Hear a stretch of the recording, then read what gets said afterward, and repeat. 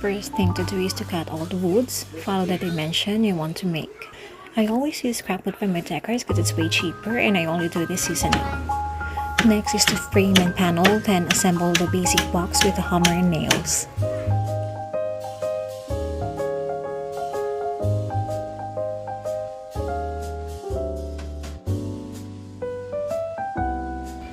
I used bright red paint by Poison.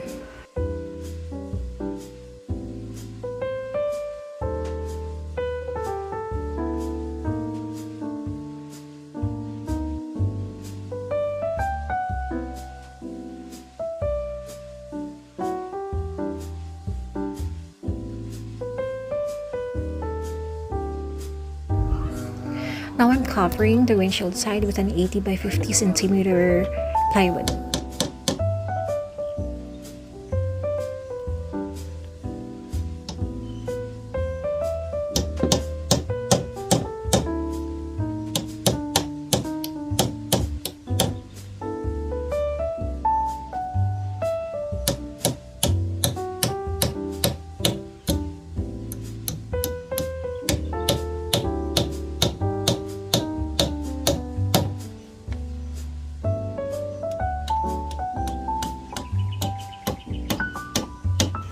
I'm using these plate holders for the mags.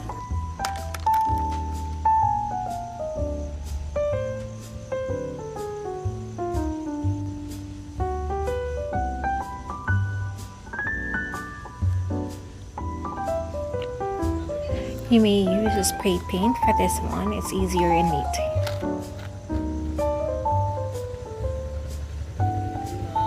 Evening!